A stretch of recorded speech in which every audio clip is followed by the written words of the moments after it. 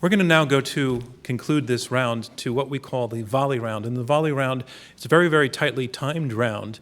And each team, one member of each team will have 30 seconds to point out the supreme weakness in their opponent's argument as they've heard it presented tonight. And then the other team will have 45 seconds that they can, one or both speakers can respond to rebut the attack on their argument. And then we will reverse the trend. So there will be a clock behind them. When their time is up, I'll ring this bell. They have to stop talking, and the voice goes to the other side. So which of the two of you would like to be going first with the for side? You have 30 seconds then. Ben Domenech, the supreme weakness in your opponent's argument, starting now. I think the weakest aspect of their argument is really basically that nothing needs to change. It's basically whistling past the graveyard of all of these signs that we have that show that people want dramatic change. They want a dramatic shift away from the direction that policy was going. I think the weakest part of their argument is basically claiming things were going okay, and then this black swan event happened, and now we don't need to reevaluate any of the policy critiques, any of the criticisms that he made or that voters who supported him seem to be making. Okay, you came in under time.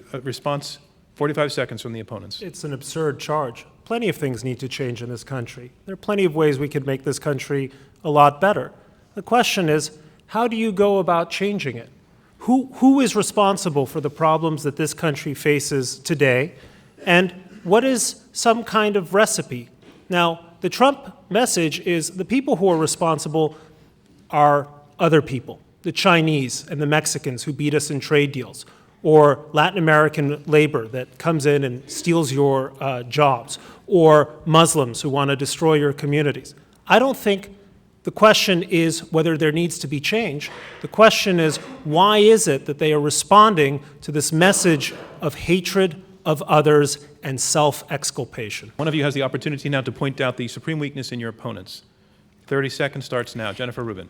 No matter how hard we try, they've never answered the question as to why Hispanics who have suffered and African Americans who have suffered and women who have suffered are not buying this.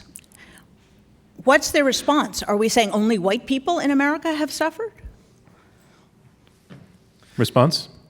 I'm perfectly happy to grant that Donald Trump deals in racism and misogyny, and that is a part of his appeal. And I would say that in no way exculpates the elites. That in fact, it makes a blame even worse, that they paved the road for this man who could deal with this stuff. What happened was the game was rigged, and there was a very conservative way to say this game is rigged, we're going to unrig it. And that was by railing against crony capitalism. That was by going and arguing for a fairer, freer market, and the Republicans instead squelched it. They pushed away the 47%, and they engaged even more in the crony capitalism.